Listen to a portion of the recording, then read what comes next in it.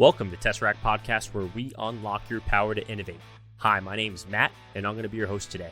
Tesseract's mission is to empower airmen, connect them to resources, and accelerate change across the Air Force logistics enterprise. Specifically, our team works as an innovation accelerator assigned to the Air Staff Logistics Directorate, where we partner with airmen to operationalize the new sustainment strategy. In this episode, we talked with Major Ian Brown. Major Brown is the operations officer of the Krulak Center of Innovation in Quantico, Virginia. He's also the author of A New Conception of War, John Boyd, the U.S. Marines, and Maneuver Warfare. We talked about the Krulak Center and what they do and how they improve professional military education at Marine Corps University. And we talked a lot about wargaming. All right, here we go. So tell us a little bit about yourself. Who is Major Ian Brown? Yeah, so I am I do not have an MOS as an innovator or a creative thinker. That's not a thing. My background is as a CH-53 helicopter pilot for the Marine Corps, and that's where I spent the preponderance of my career. Sort of uniquely, mostly with one squadron, which it is not entirely standard to do it that way. In fact, we talk about how our patches, our squadron patches, there's like Velcro loyalty, because you might get an order someday to you got to rip that one off, go join another squadron because they need more bodies for some reason, and you throw another one back on. But I was very fortunate to be able to leave HMH 361 Marine Heavy Helicopter Squadron 361 out of Miramar. I left a bunch of times and I was able to come back in different capacities. So aside from a very small amount of time in HMH 462, which was my first fleet squadron, most of my time has been with 361. So I've only got one patch, which is unusual. But I've also done time in different seats. I did a tour as a forward air controller with 1st Battalion 7th Marines out of 29 Palms. Did a 31st Marine Expeditionary Unit with them, which was a unique experience in itself. And then I've also spent time as a requirements officer at Combat Development and Integration, which is, as we were talking about before, that's like the big place where it manages funding for equipment programs, weapon systems. If it costs money, you name it, there's somebody who's responsible for it over there. But it's also the place where conceptual development occurs, where doctrinal development occurs. It's a maze of offices in there, and even on my third year when I was there, I was still finding new offices that I didn't even know existed down there. There's a bunch of stuff under the CD&I umbrella. But my time there was as a requirements officer for Tactical Air Control Party equipment, which was nice because I had been a forward air controller as a user of the equipment, so I got to go back and try and help improve some of that equipment as a requirements officer. And then I've spent the last almost 3 years now here as the operations officer for the Brute Krulak Center, Innovation and Future Warfare at Marine Corps University. Your call sign. We have to rehash this story too. Yeah, no, it's funny. I was telling the same story to some of our Swedish friends who were visiting last week over at Swedish Defense University. I'm not quite sure the story translates into Swedish as well as it does in English, but so my call sign is JLO. As in sort of a general sense, the way naval aviators, is probably the same for Air Force aviators, is you get a call sign by doing something memorable or infamous, and then we hang that on you for the rest of your career. I'm at least fortunate, at least from my perspective. It was not one of these things where you did something really dumb and they hung you with it. It was more I like to summarize it as I had some wardrobe malfunctions when I was a new co-pilot. But I came out of my first deployment to Iraq, and when I got there to Al Asad Air Base, one of my buddies from flight school, he was in the squadron rotating out, and as we do on every deployment, right, you try and unload all your stuff so you don't have to take it back with you. And he was unloading all his gear, and he had one of those Blackhawk drop holsters for your M9 pistol that I thought looked really cool. Me not knowing any better, but it looked really cool, like a big, easy to get down to. It's got built-in ammunition pouches. I just thought it looked great, so I took it off his hands for what I thought was a reasonable price. I think he actually gouged me a little bit, but anyway, so I get it, and then I realize I don't have anywhere to hang it on my flight suit, because flight suit doesn't have belts or belt loops. It's fireproof pajamas, So I had to go and get myself a a heavy duty rigger's belt to strap this contraption onto. But I did that, and I have this thing all together, and so the first time I'm wearing it in the squadron spaces, thinking I look like a gunslinger, out in the old west, ready to to go out to the Wild West out there outside the wire of Al-Assad. And I'm walking down the hallway, and somebody from the office behind me goes, "Hey, J-Lo, shake that booty." And I turn around, I'm like, "Dude, what are you talking about?" And he's like, "Look down, look down." And I look down, and my high-speed contraption with my rigger's belt had bunched up all my extra flight suit material in my posterior region. And so it had greatly improved my assets there. So that's how it started. And then I didn't help myself because it was also wintertime, and it was cold. It's cold in the desert. And I like to go run. So I would wear cold weather running gear, which it tends to be very form-fitting. And doesn't leave a lot to the imagination. So when they saw that after the flight suit, it started with J-Lo, and then that made J-Lo stick. So it's been J-Lo ever since. So funny. I came across the Krulak Center of Innovation on LinkedIn, actually. I remember just scrolling through my feed because, my occupation, or at least my current assignment, is to manage the information space for Tesseract. And I came across the Krulak Center. Can you tell us a little bit about the Krulak Center and the competitive advantage it brings? Yeah, so I'm aware of there are other sort of PME enhancing groups that are out there. Although I don't know if they cover everything that the Krulak Center does, because I feel like we operate in a lot of different lanes. But the center was initially stood up out of a sort of a directive after the university does its regular review for accreditation to grant degrees. In the last review, a area of improvement identified was injecting more critical thinking, creative problem solving into the PME curricula, into the student experience. And it didn't really that was the determination, but sort of how you get there, it was left open. And so what Marine Corps University decided to do was, we'll build a center to focus on that. We'll put some people in there where they can focus on that, 24/7 throughout the academic year and outside of the academic years as well, in between, to prepare for the next one, to find opportunities and different ways of doing that. And so that's what we do. Like in a nutshell, we try and find new approaches to learning, new material, unconventional ways of thinking about old material, different ways of developing decision-making habit patterns, different ways of, increasing your critical thinking and your creative problem-solving skills, so that when you have touch points with us, we arm you with that, and you leave MCU after your time here, with some more of that ammunition, some more insights, some more habit patterns that you can take with you and then apply back out in the fleet to gain, to increase your own cognitive advantage, and hopefully you try and improve that of the Marines who are around you as well in your unit. And it's a focus point. I think it's an important focus point because, as we were talking about before we hit record, we are sort of a sense across, not just in DoD, but sort of a sense in, looking at the global, the strategic picture, right? There are a lot of nations who are unfriendly to us and to our allies, who are sort of closing the material gap between what we bring to a competitive environment and what they can bring.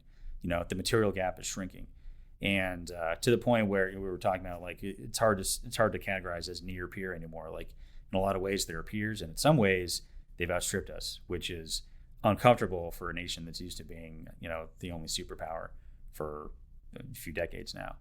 But the nice thing is there's always more areas to gain advantage if you sort of gauge your mind to it properly, and we look at the mind, really the cognitive domain, as the advantage where we can really gain something now.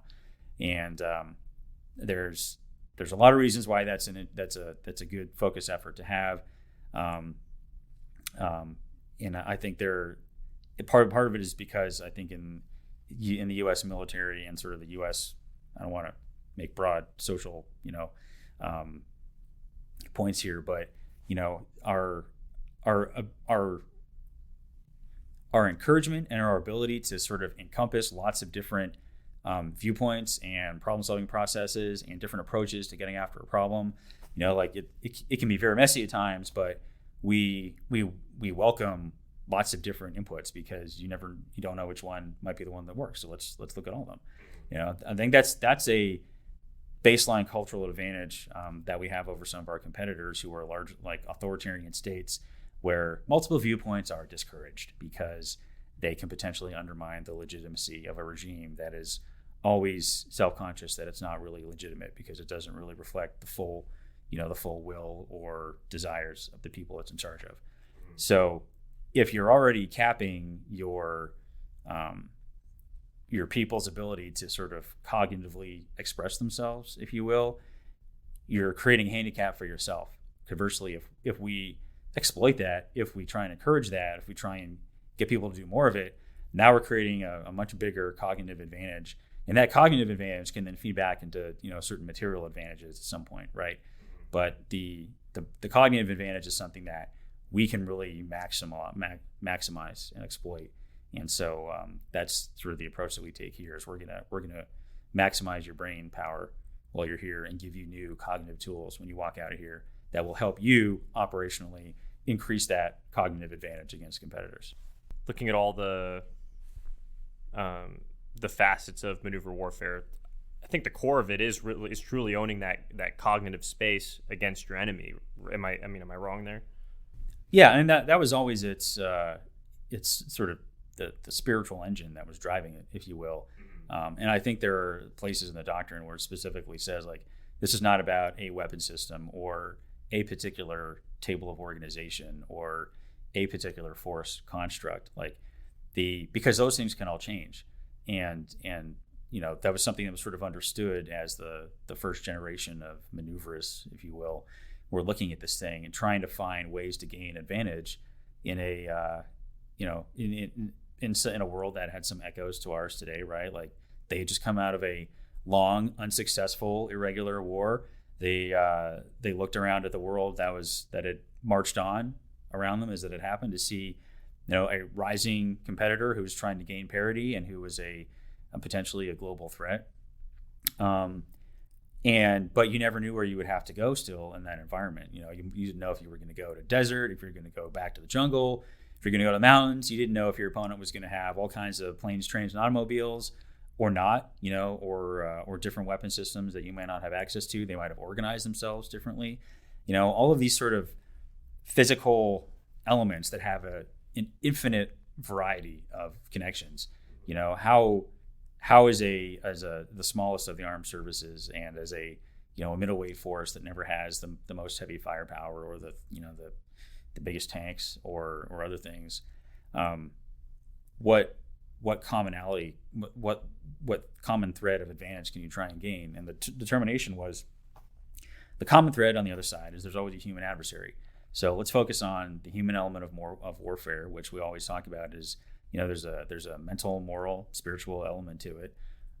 Let's focus on that and how we can gain mental, moral advantages in how we organize and train and equip ourselves, and go after that. And we can, because there's always going to be a human element, we can get less wrapped around the axle about whether this particular weapon system or this particular force structure is the best. Because if that's the race we're chasing, we're always going to be chasing after, throwing money after the next big thing. We're constantly reorganizing ourselves, and just be in a state of chaos. But the human's always going to be there, until we're fighting the Terminators, at which point we'll have to shift our paradigm of war, right? But until that day comes, there's always going to be a human somewhere down that equipment chain or that force structure chain. There's a human at the other end. So let's focus on that and how to gain advantages in the spaces that humans operate, which is not just the physical. We operate in the mental and the moral spaces. So let's look at that. Mm-hmm. I look at the Commandant's reading list and any other type of educational tool similar to that, just as lethal as an M16, right?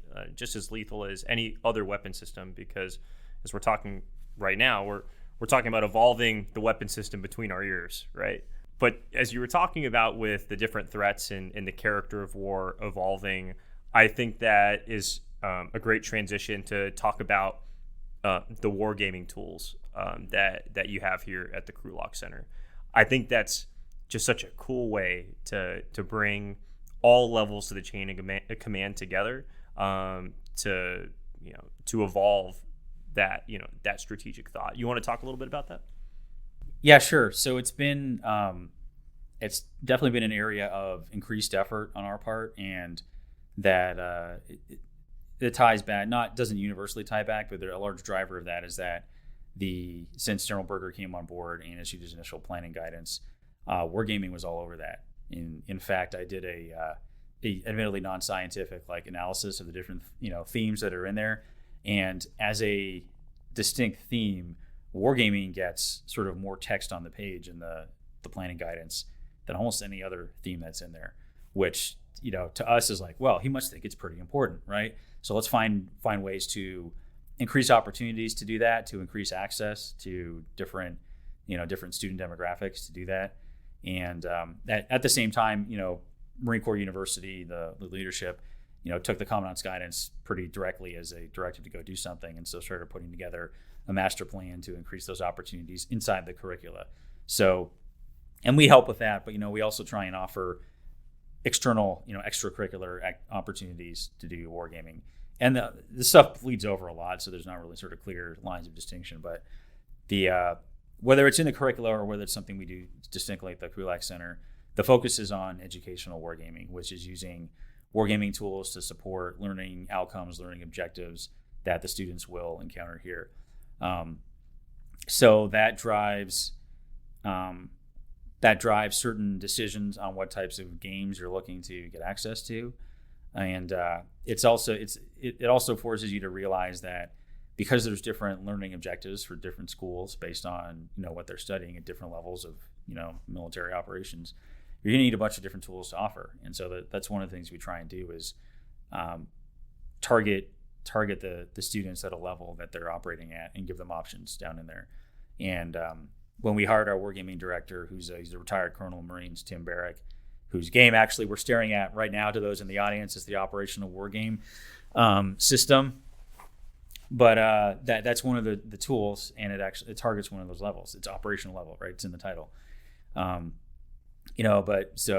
finding those different things that meet them at their level. So we've sort of built out and with Colonel Barrick providing some much needed sort of professional granularity, because he did wargaming at the Marine Corps Warfighting Lab before he came here, and he's also a longtime gamer just out of his own interest.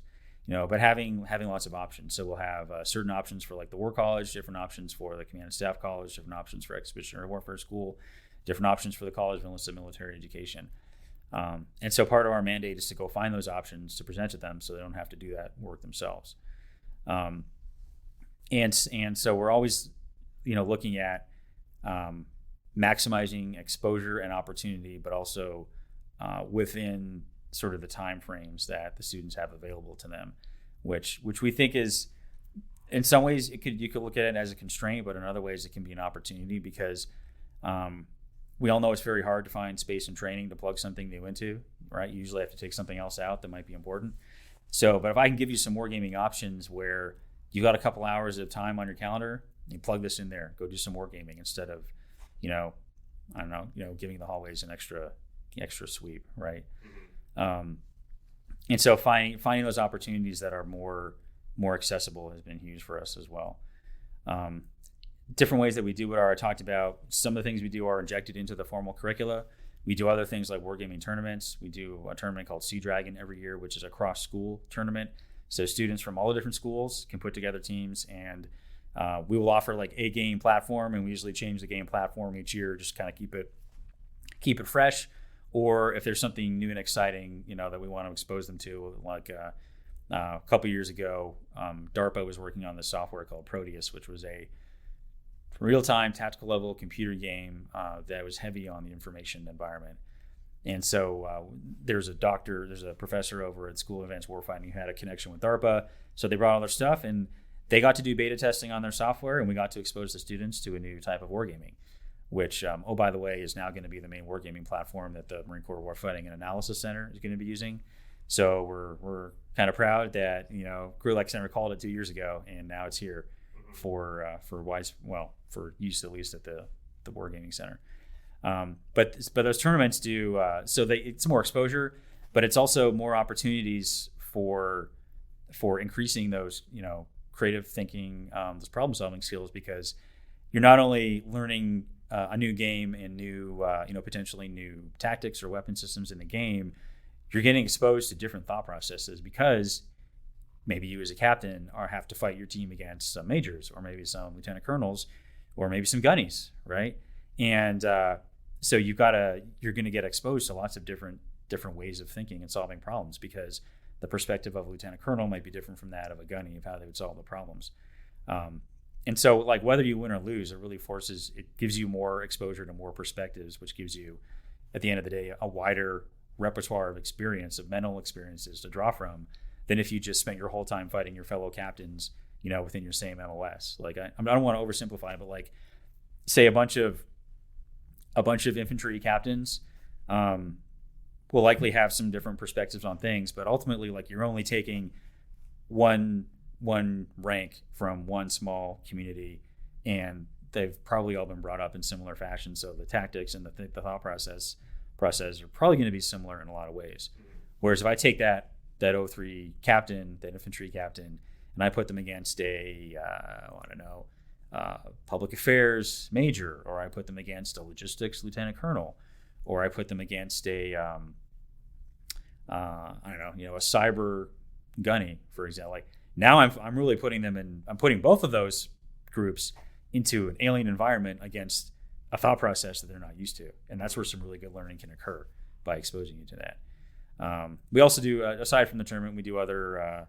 We do open houses. We did wargaming open houses. That might have been the one you came to last summer, to just showcase different types of wargaming. We do faculty development, and this summer I know Mr. Barrick's looking at doing a robust faculty development process, because he's been bringing in a lot of new good game options. Just going to show them to the faculty, and they can see which ones might suit their purposes. And we also one of our lines of effort is like doing outreach and going and finding out what other people outside the Marine Corps are doing. And there's lots of other groups out there who are doing wargaming, and it's good for us to learn what they're doing, because that might be something that could be really useful for our students here and our faculty here. And conversely, they may find what we're doing here in Marine Corps University interesting on their end. And our recent road trip was sort of a microcosm of that, because we went over to Swedish Defense University in Stockholm, and the formal invitation was for a military or future military leaders conference to look at different challenges for the future military leader, right? But we knew that Swedish Defense University had their own like sort of grassroots war game. It's a computer-based war game that they were working on. So we'd heard all about it, but we hadn't had a chance to go look at it. And so we did, right? Like it's a computer-based game. It's like a real-time tactics type game where the clock is always running. So you got to keep moving because your adversary is always moving. But they built out this amphibious naval aviation war game at like, I don't want to oversimplify, but like they built it in their basement. Like it started off as a research project that was sort of done in the basement, and it's grown exponentially to the point where now it's being used as a regular tool in their naval officers course. And the way that they use it is kind of the way that we hope to actually use wargaming here. They're in some ways they're a little bit ahead of us, but you get multiple touch points with this war game throughout your 2-year program there at Swedish Defense University. And the scenarios, they're tailored to start off simple, but they build up into higher levels of complexity based on where you are in the curriculum. But you're always coming back to the same game system, so you don't have to relearn the entire game system once you've seen it. So for your initial thing, you might be in charge of a very small like naval surface force, but then as you go on, now you're doing larger combined arms naval force with ground forces and air forces built in there. Then you go on to multiple task forces. Then you go on to like a larger joint fight. So the game allows for increasing levels of complexity, but it's the same game, and you get multiple iterations of it throughout your curriculum. So and they built that in their basement on a limited budget, and it's a hugely impressive tool that we hope to actually demo over here at some point when they do a reciprocal visit. But we also showed them what we were doing. We brought a couple games along with them that are focused on sort of the Scandinavian, the high north area, and so they could get a chance to see how we approach wargaming. But almost as a happy accident, and we learned about another game that they have that was not part of the discussion. I only learned about it because I was sitting next to this amphibious regiment for the Swedish forces, but it's their equivalent of the Marine Corps. This lieutenant colonel was talking about a pretty simple game that he uses for students, but to teach them to think about disruptive technology. And all it is you're given like sort of a tactical overview scenario, but you get to make up a technology, and then you have to play out how it would actually impact how you would do things on the battlefield. And as long as your technology is sort of bounded by what we know about science and physics today, right? As long as it's in that realm, you can make up whatever you want. So if you're talking about everything from nanobots to things that can look through walls or around walls, to space based or aviation based, or all, do whatever you want to. But you create it, and then you put it into the game scenario immediately, and you see what that does to your tactical decision making. I was like, man, that's really awesome. We need to do something like that over here.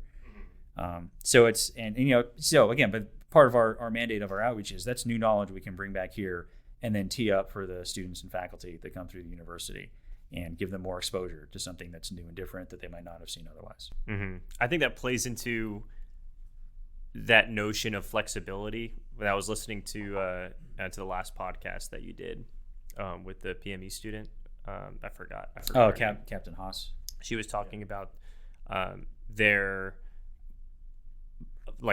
core tenet essentially is like just being flexible, right? If I'm not mistaken.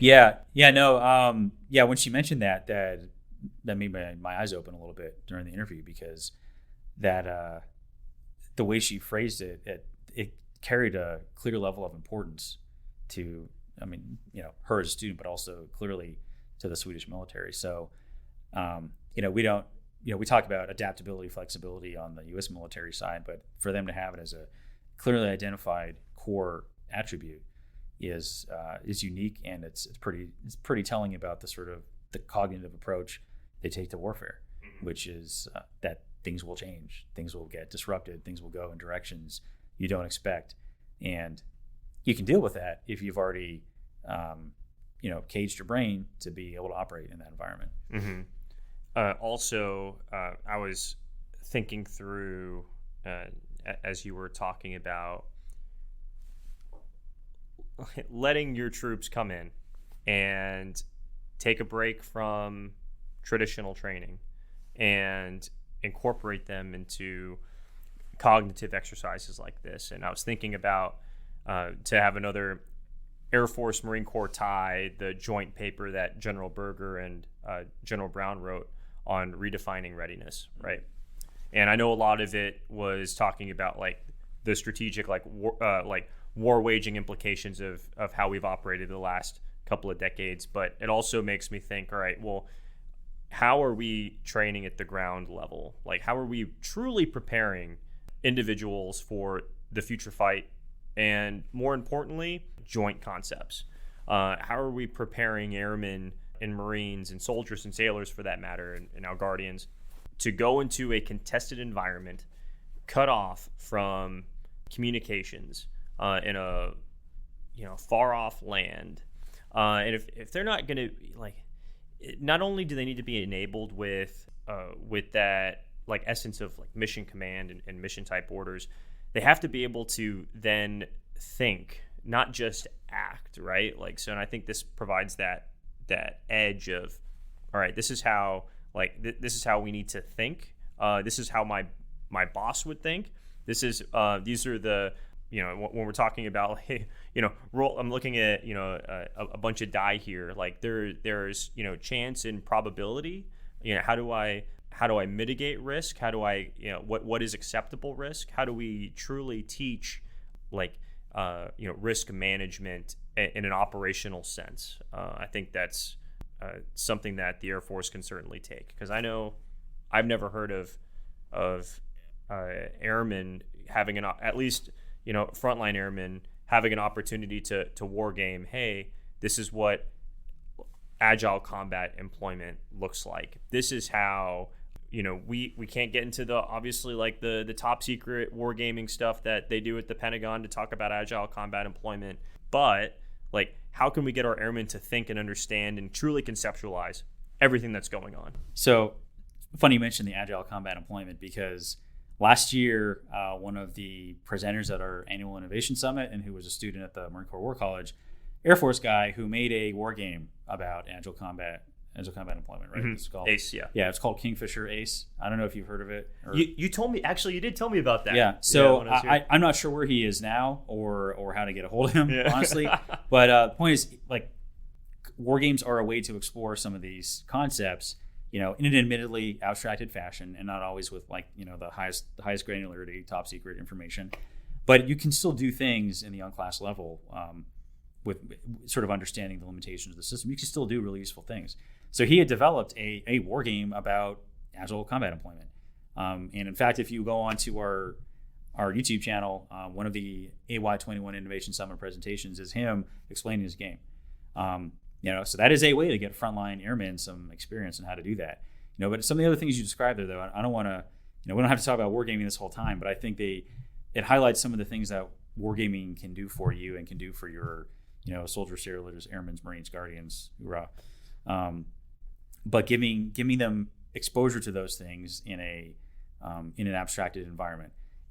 To your point of how do I expose them to joint concepts? Well, one of the war games that we use, the prototype version is called Fleet Marine Force. There's a different version coming out down the road called Littoral Commander. But it was developed to do just that. It was developed it kind of grounds you in things that are familiar to Marines. So it grounds you in a Marine Littoral Regiment, how we think that's going to look in 2030, 2035 timeframe. Takes an adversary Red Force with about the same capabilities we think it would have in that timeframe. So you start with what you're familiar with, with the Marine Corps ground forces, but then a large part of your gameplay and decision making is introducing you to all these other joint capabilities that we are seeing the MLR might have in an expeditionary advanced base environment when we're all distributed all over the place, where you might have much smaller forces covering much larger amounts of ground, and how we're going to operate and survive and win under those conditions is tapping onto the joint force in wherever way we can, and with the assets that are available. And so now you as a Marine get to be like, well, what does the Air Force bring to the table? Holy cow, I can call on some long range bomber strikes. I've got some cell capabilities. I can tap into space to do some of my ISR and longer range communications. Wow, that's great. What does the Navy do for me? Well, Navy's got a bunch of fire support that would be great for me to know about, see how that works on the board. And conversely, I can get a better understanding of how the Navy might tactically employ those things, because, as a Marine fire support, I sort of like to have my supporting assets a little bit closer to me, where I can, if I can't see them, I know they're at least over sort of the next hill, so to speak. They're in direct support of me. Well, the Navy doesn't like to, Navy doesn't so much do like, the battleship, naval guns, broadsides, fire support, but they have fire support. They have missile systems that can do things for me, but they don't like to be over the next hill. They like to be far, far away, because that protects their force, right? That mitigates their own risk. And so I get to see that disparity on the battlefield, but then I can also understand why the Navy would want to keep their ships farther away, because that keeps them safer from shore-based fires that could hurt them.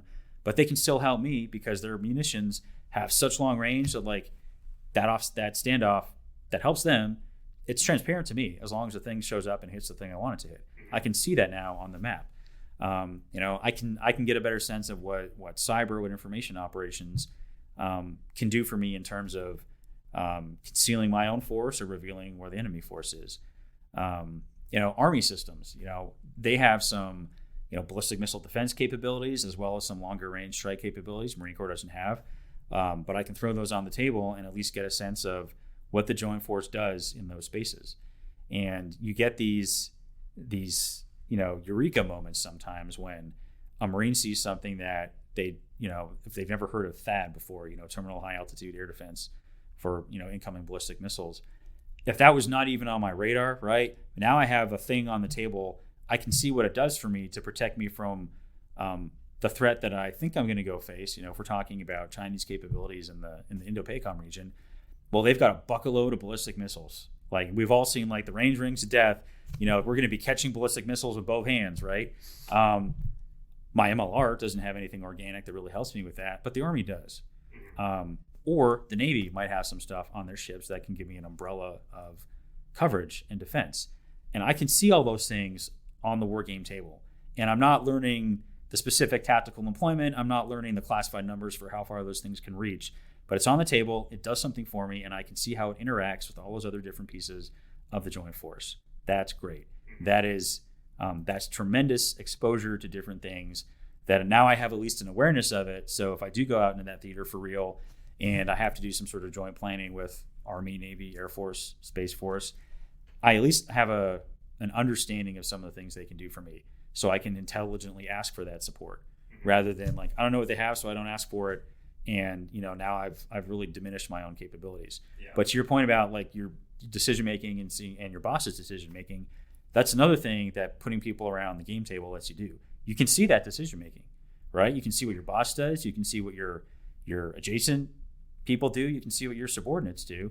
And, understanding that it's still an abstracted environment and, okay, maybe we're sitting in a comfortable air-conditioned room and I don't have all the stressors of combat on me, but you probably wouldn't be surprised, but, some audience members might be surprised. And even in an abstracted environment, which is pieces of cardboard and paper on a table, if your brain makes the transition into accepting that as a real environment of some kind, you can inject all kinds of stress on yourself and on your opponent. And it's real stress, even though you're in a fake abstract environment. So now you can still see how your people make decisions under stress, which the first time you make decisions under stress should not be on the battlefield, right? That is far too late for that to happen. So doing that in the war game environment lets you see how your people handle stress, right? It lets you see who the ones who thrive, the ones who are slow or indecisive, and that's good for you to know about who the people you're operating with, because how they respond under stress should not be a surprise to you again, right? Like combat's not where you want to find all that out. That's a way to learn a little bit about yourself and a little bit about your everyone who's around you in that environment. Yeah, I think I had another point, but I lost it. So, I think this is just a teeny bit off topic, and I'll just get right back to wargaming here to continue down that rabbit hole, because this is a great rabbit hole.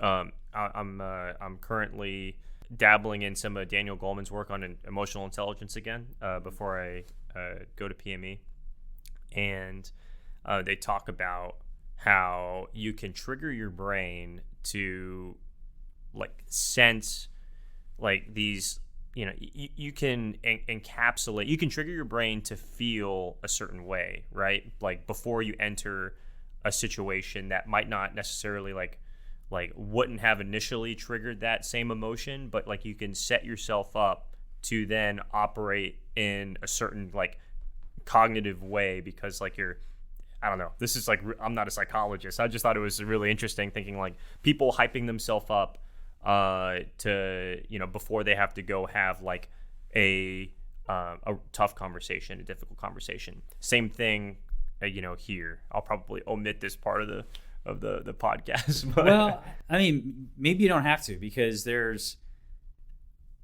not a large sort of body of research on this, but there have been, some folks who have done wargaming or gaming in general of different kinds, but they look at the psychological and emotional impacts of it. In fact, there's a couple guys who we know who've talked about it before, and maybe I can point you back to some of the Brutecast episodes we've done, but Dr. James Pigeon Fielder is one guy who really explores he talks about the magic circle as it's a fake environment, right? War game is a fake environment, but your brain can accept it as something real and have real emotional responses and the learning that comes in from that magic circle is real learning. And that's one of the things that those who like really believe in doing wargaming, like they think that it's like that's one of the real things is you can get real learning out of a fake thing because you're having real responses to it. As long as your brain, if your brain sort of accepts, hits the I believe button that I am in something that is real and has consequences to me, it will operate in the way that it would if you were in a real environment in the same way. The responses are still a real response, right? Like it's not a fake response. And in fact, one of the guys we talked to when we were over in Sweden, I hope I get his name right, Patrick Holterstrom, but he is doing a dissertation looking at trying to get more of that, like a better body of data on why is wargaming useful? Why is it valuable as an educational tool, as a tactical teaching tool? And it's looking at it from a sort of a more philosophical, conceptual standpoint to explain some of these things. Like like your hardcore gamers will be like, well, of course wargaming is valuable because it's valuable, right? Or because it must be valuable because, different militaries have used it for, a couple hundred years. If you want to use the Kriegspiel, Prussian Kriegspiel as your starting point. Or heck, if you want to go back like a couple thousand years and look at, more abstract games like chess or Go or these things that have been around forever, well, people have been playing these all the time. Obviously, they must be valuable. They feel like the utility is self-evident, but there's not a whole lot of body of scientific knowledge to back that up. And so Patrick is trying to start building that body and building a framework for going after that data to support it, to prove it. And part of that is proving that mental response, that psychological response that is a real response, even though it's a fake environment. In fact, on the flight over and on the flight back, I was reading this book called, I might have to double check the title, but it's like The Art of Losing in Video Games. And it's a short book. It's a long essay, however you want to look at it. But it talks about like the paradox of video games where like we hate losing, right? We don't like to lose, but we keep going back to this thing that we often lose at. And we have real emotional responses to losing. You throw the controller across the room, right? You curse out your friends if you're on a headset. Like the Leroy Jenkins things, right? Like your friend screws it up for you, and you get mad at them. It's a real emotional response. You're playing a video game. It's not a real thing. It's not the real world, but you're having these real responses. And so, I think my point of all this is that there's something there, like. That we just haven't really sort of developed a way to really categorize, but it is a real thing. We have real emotional responses to it, which means our brains are accepting it as a real enough event to have a response to, which means you can use it to teach yourself real things. We just sort of don't have the formal framework or structure or like we don't have a scientific or an academic discipline yet to sort of put around that and prove it. But the pieces are there, and so I think there's something there. You don't need to cut this part out because the one of the things I found very fascinating about talking to Patrick is I think he is starting to build that framework to help prove, right? Like prove why wargaming is useful as an educational tool, as a tactical tool, and maybe once we have that, then we can take that back to people who are skeptical of it and be like, why should I roll dice on the table, right? And have a little more science to it rather than just, it's good because we've always used it, which just because we've always done it that way, not the right answer. If we're talking about accelerating learning and learning organizations and flexibility, not the right answer. But if you have evidence for your argument, that helps for why you should. That's so cool. I didn't realize what I was getting myself into with that question. That's great. I mean, I think Patrick's research is going to be tremendously useful to, it's not just going to be for the wargaming community to be like, well, we told you so, right? Now we have the proof. But this is how you get it out and get it used more to make more people smarter by using it as a tool to make them better, to improve their decision-making skills, their critical thinking. Because now you've got something you can point back to and say, like, there, I can back it up. I've got data. This is why we should do it. So let's do more. Mm-hmm. To talk a little bit about the nuances of wargaming. Well, you mentioned like this, like employing information warfare, the cyber capabilities, the long range fires. I noticed you didn't say logistics.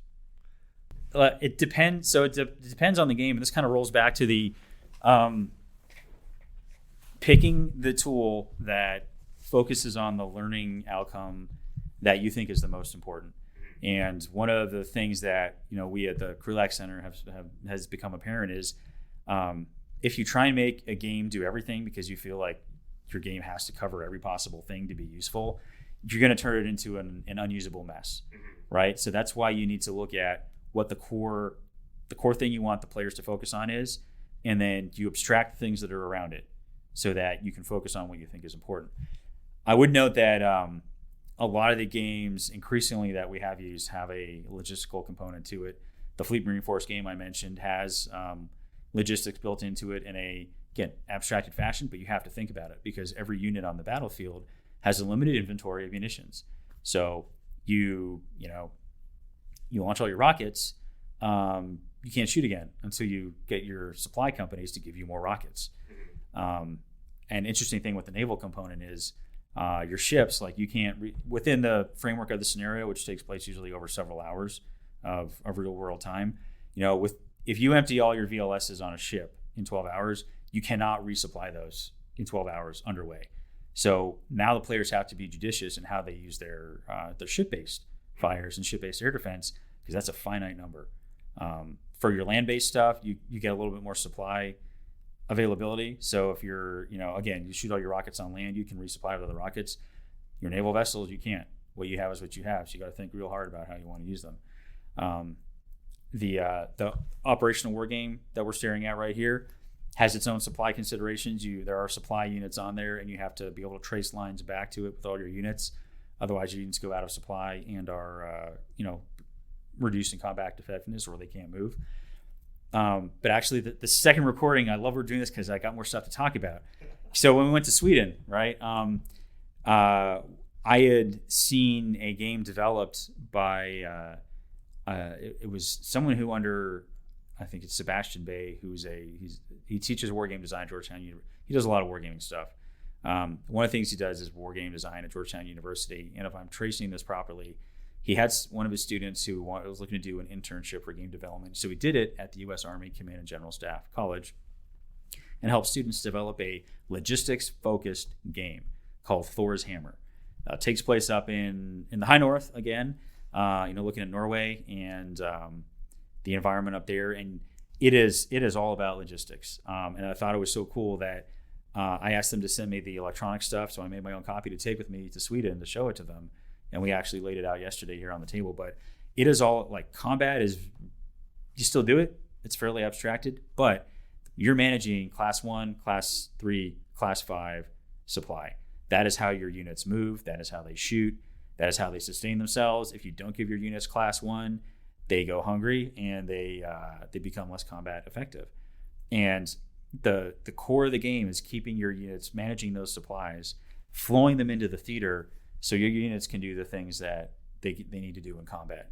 And in terms of those joint capabilities, again, the things you have on the battlefield, like each side only has like maybe, 8 or 10 pieces on the board they're manipulating.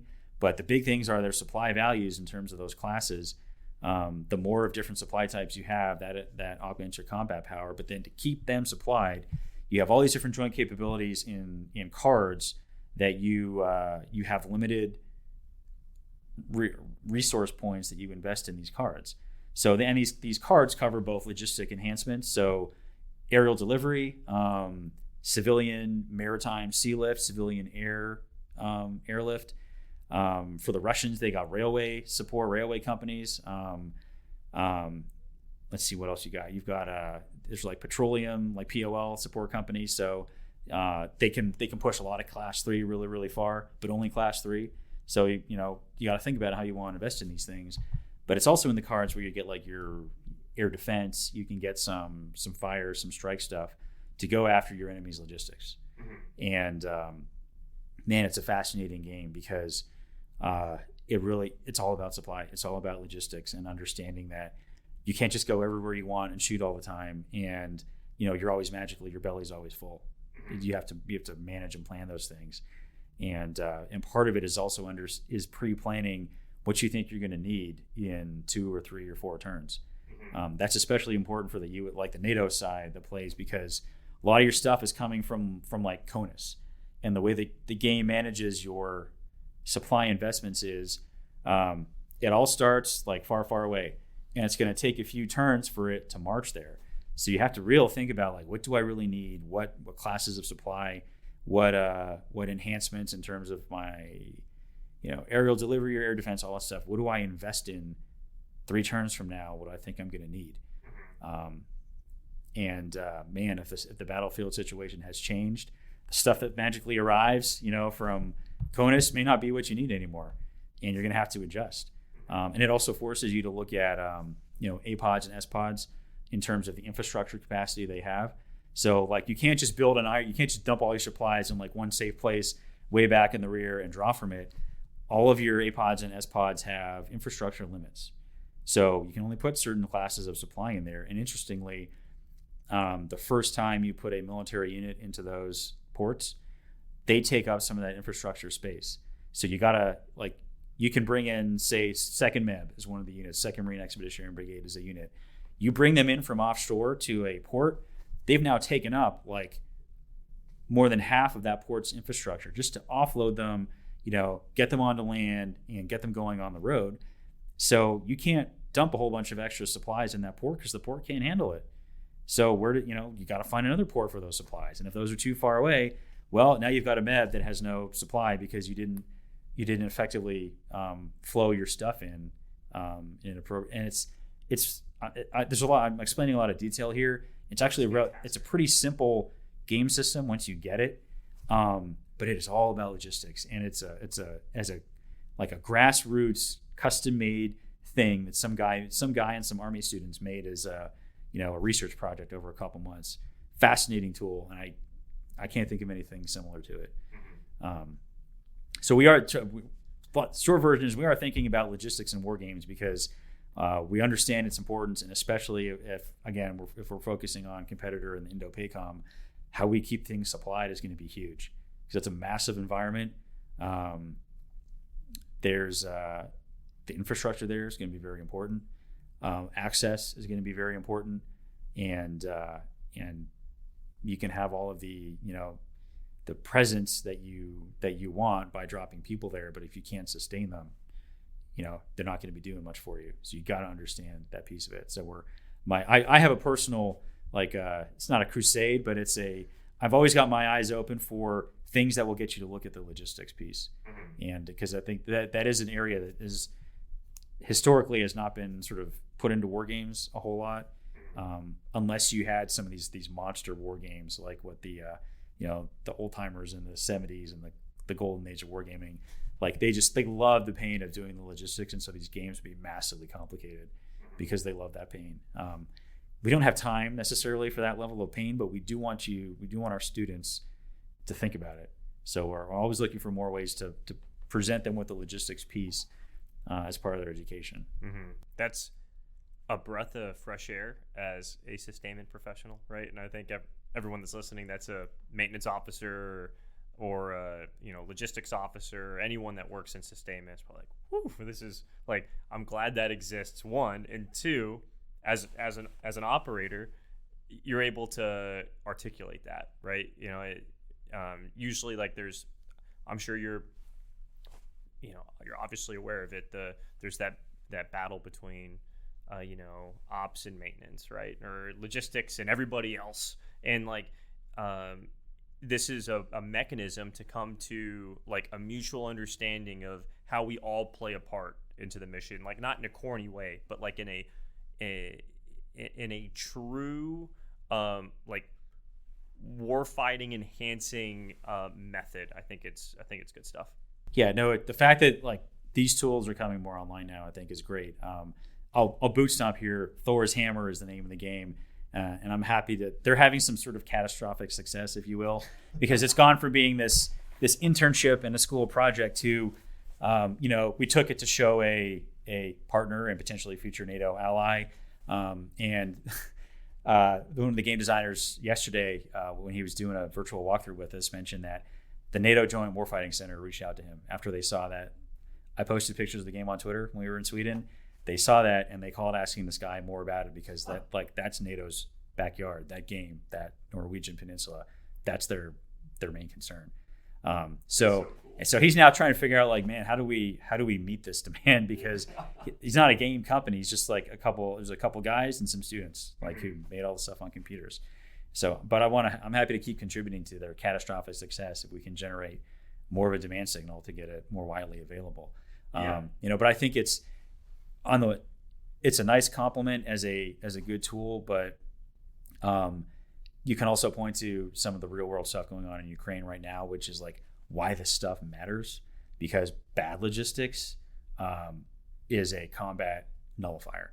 And we saw that like in the early stages of the Russian forces, and we seem to keep seeing it. They don't seem to have sort of figured that piece out. And I don't remember if we talked about this last time, but that gets into a larger thing about, your organizational culture and your ability to learn and adapt or not. But we're seeing in real time, like if you mess up the logistics, if you think it's just going to happen, right? If you haven't trained how to do it properly under austere or trying conditions, I don't care how good your tanks are, right? I don't care how far your missiles can reach. If I can't sustain the launchers, if I can't feed the troops to, operating them, doesn't matter. So it's real world. The real world and some of the games coming online now that focus on logistics. It's a good complement because now you can play out. Now you see in the real world why it matters. Now you get a little bit. You can do some more of that habit pattern development in the game to drive that point home.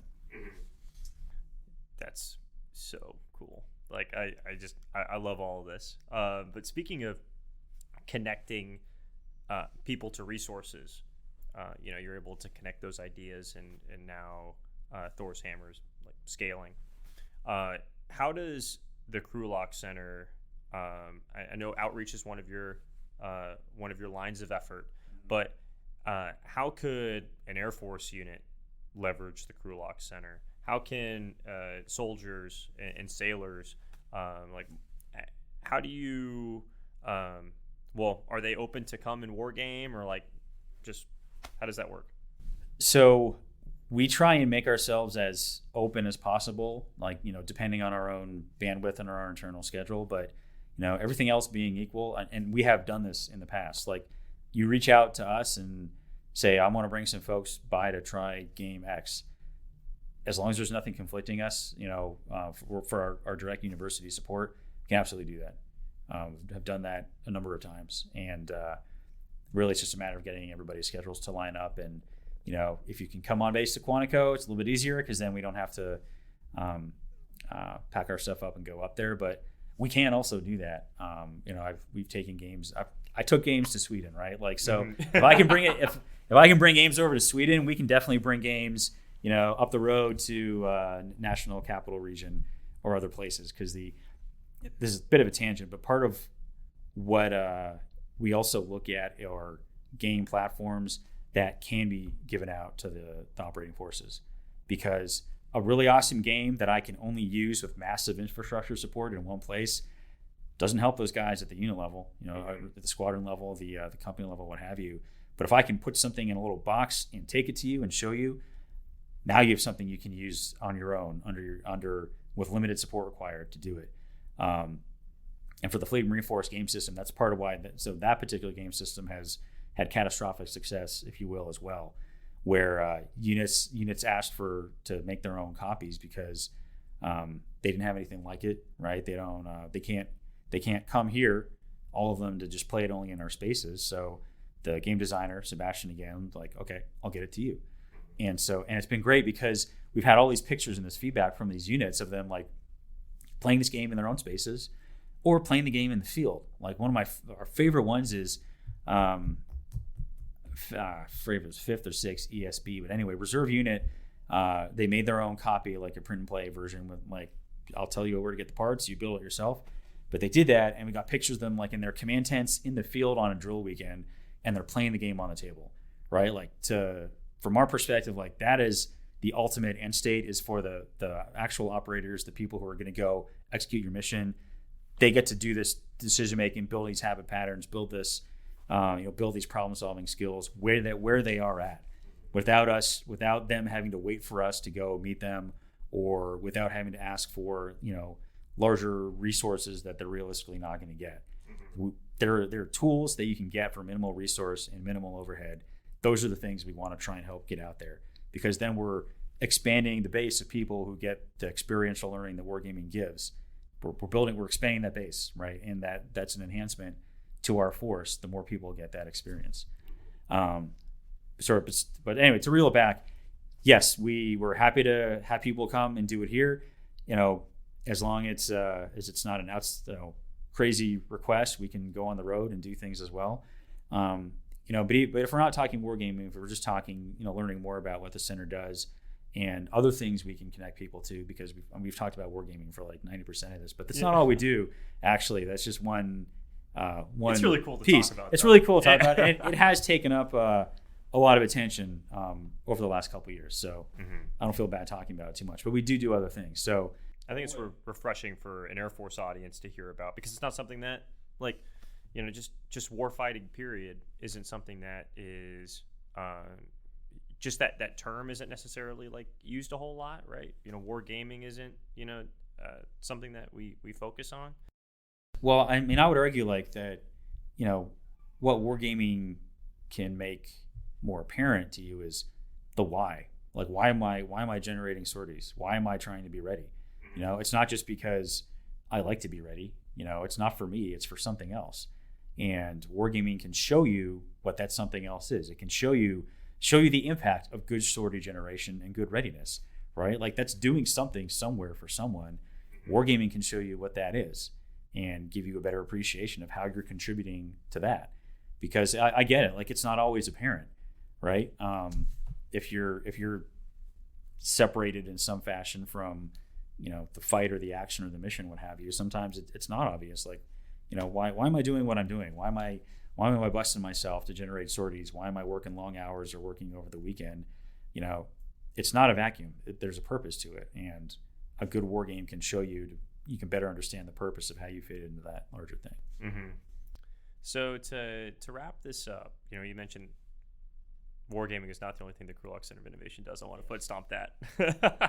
just really cool to talk about. What is something that you haven't talked about yet that you would like to share about the Krulak Center and what the Krulak Center truly leverages? So I'd say one of our strengths is that we have built up a very energetic and supportive community of interest that has allowed us to do vastly more things than if we were just, the individuals here in the office, like kind of looking at each other, trying to think up cool things to do. And the most direct manifestation of that is actually on some of our social media channels. And so the first thing I would point to is, if you want to get a taste more about what the Krulak Center has to offer and a sense of what our community is that we would like to make available to others, is look at our YouTube channel and look at all the different PME classes that we put on there.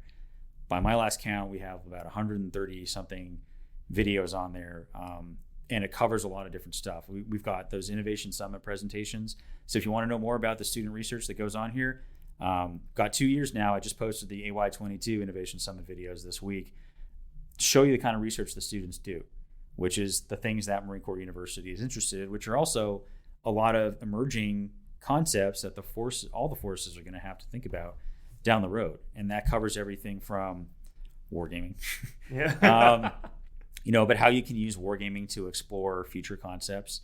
For 2 years in a row now, I think we've had student presentations where they've used a war game to explore the Marine Littoral Regiment, things that it can do, environments it can do those things in, things that it might not be able to do as well, and environments where it might struggle, but using commercial war games to gather some information about that.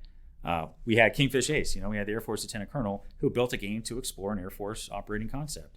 But we've also had different things. And let's see, this year we had a lot of stuff about information, operations in the information environment, disinformation, misinformation.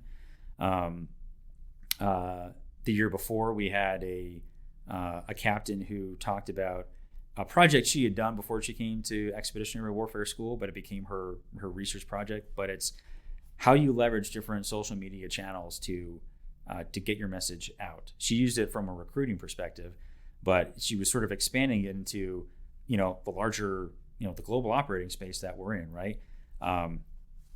Your information, and which includes your social media channels, that's a space to compete in, right? That's a space to gain advantage, and it takes some skill and understanding about what the different tools in those spaces are, who's listening to them, what messages go out across them, and I would argue, going back to our real world examples, right? Like, we are seeing that in the war in Ukraine today. We are seeing effective use of that information space, how you can use social media to enhance, when you don't have a material advantage, how you can use that to gain it's a moral advantage, but that moral advantage can then be turned into like a much bigger material advantage to help you out to offset the things you don't have.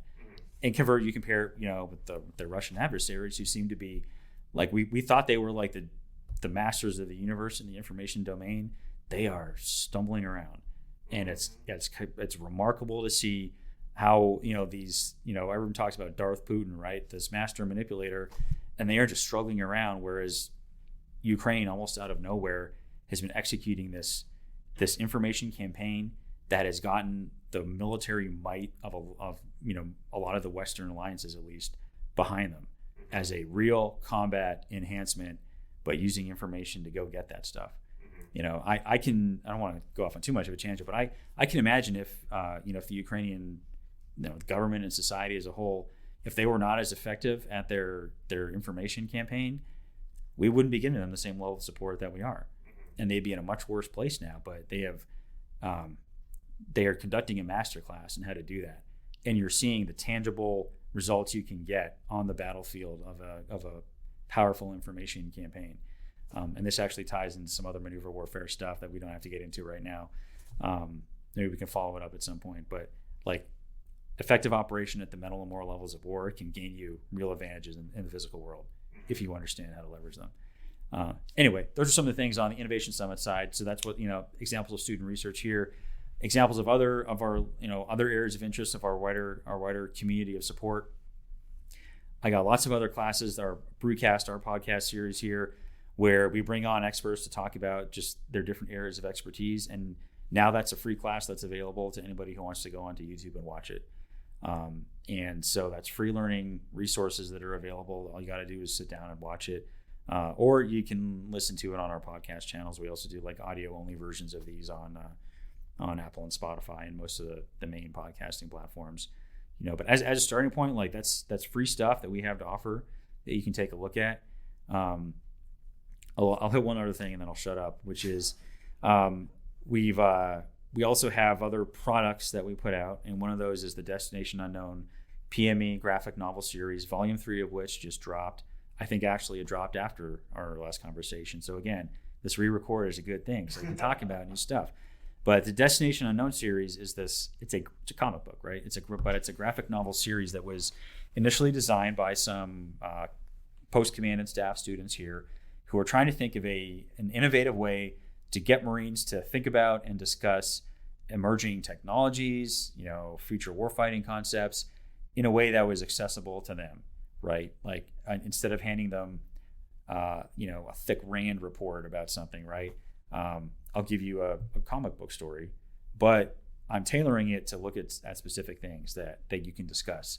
So the cool thing about it is that all the artwork and all the stories are done by service members. The volume 1 was all Marines, artists and authors, but volumes 2, 2.5, and 3, we open up the aperture to different services. So volume 2 has Navy contributions, Air Force contributions. Volume 3, which just came out, now we're getting entry level folks, right? So we're getting that younger perspective.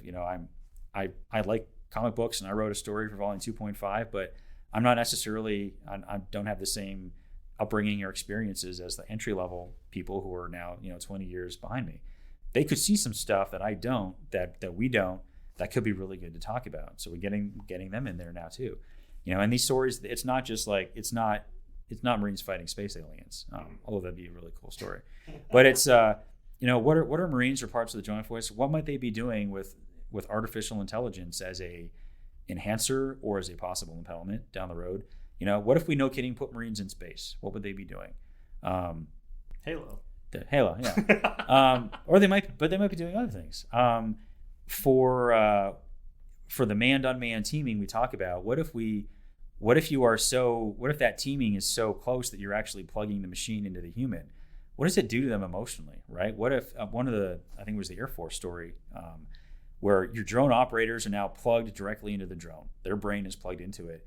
And so all of the somewhat horrifying things that you see through a drone screen, they're now like, their body is seeing it and experiencing it. What would that do to you mentally? What would that do to you, morally? Would that cause some sort of moral injury by having, maybe it's more efficient, right? But that could have a consequence that we don't know about. What else do we have? We had one, the Navy one was about how does a toxic command climate impact your military readiness? I can't imagine anyone who thinks that it wouldn't impact it, but it turns out if everybody's miserable and they don't trust their seniors, and if they're even thinking about self-harm because their environment is so horrible, that's going to affect your readiness, which in turn is going to affect your ability to respond to a crisis, especially if that crisis pops up out of nowhere and every second counts. All right. If I don't trust, or I don't want to respond quickly to the person above me giving me an order to do something because I don't trust them, I might lose precious seconds that could decide an engagement for me. That actually does matter, your command climate, and all kinds of other stuff. But so we're talking about these things. We're illustrating them by leveraging the talent of our service members. We got a lot of great artists out there, a lot of great authors who can express these things in different ways. And then as an educational tool, there are discussion questions at the end of every story. So you can take it and you can drive those into more deep areas beyond just what the story has. So if my story is talking about using artificial intelligence as a recruiting tool, for example, well, I can talk about, do you agree with what the story presented, right? What things did it overlook? What things do you think might actually be legitimate considerations for having a machine help you decide who comes in and who doesn't? And it's all just we want our Marines to think about these things. We want our sailors, airmen, soldiers to think about these things, to give them that cognitive advantage. We're just trying to give them another tool to actually do that, a tool that they'll want to use rather than like, okay, if I drop a RAND report on their desk, are they going to read it? Probably not. I'm gonna, yeah, unlikely. I'm a nerd, and I don't even. Yeah, I mean, it's a non-zero chance, but it might be mathematically indistinguishable from zero. So, speaking of generations, like a RAND report isn't tailored to, Gen Z, right? Like, I mean, it's not the target. A PFC isn't going to be reading a RAND report, more than likely, right? I'm sure there's a couple out there that do, but yeah, it's just not tailored to the audience. Yeah. So so there's nothing wrong with tailoring things to an audience, right? Mm-hmm. I mean, we do it with wargaming. Like, I'm not gonna drop a global strategic war game on a group of captains, although it might be interesting to see what they do with it. But if they're operating, if their considerations are tactical, I want them to get that in that environment, because they're probably more likely to engage with it if it's accessible to them, rather than giving them something they're going to look at it and then put a mental wall up, in front of themselves up front, because they're going to look at it and be like, I can't do that, or that's not my thing, or I'm just not interested in it. There's nothing wrong with presenting things in an interesting way that make people want to learn more, because that's what gets them coming back for more knowledge. If you're an engaged, interested learner, you're going to want to keep learning those things. So make it engaging, make it interesting, and it's okay. Like, people learn in different ways, so it's okay to present something that has maybe more pictures and color. I mean, I don't want to stereotype the Marine here, right? Of like, I need pictures and colors to get it, but that's a way of engaging different learning faculties. Like, we don't all learn through just reading text on a page, right? And I think as more pieces of our, not just military educational enterprise, but educational learning in general, going back to your psychological stuff, we're learning more about how the human brain works. Brains work in different ways. They absorb information in different ways. So let's have some options to present information, whether that's text on a page, or whether that's a graphic novel, or whether it's a podcast, right? Where some people just, they listen, and that's how their brain is wired to absorb that information. So let's give them options.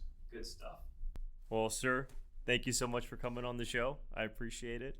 and can't wait to come on Brutecast. Yeah, no, again, I appreciate you taking the time, and we'll look forward to hearing more about what you're doing and what the Air Force is doing in the space here on our show down the road.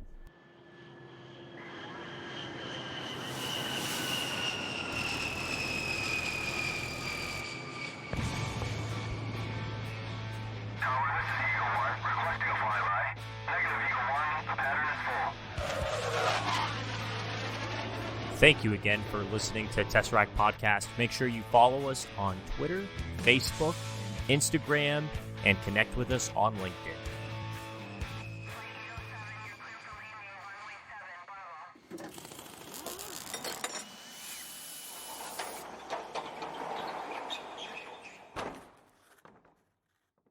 Any references to trademarked, copyrighted, or protected products or services such as books, movies, or businesses are used here for the limited purpose of education and professional development of Air Force Airmen. If you have any questions, please contact us at www.tesseract.af.mil.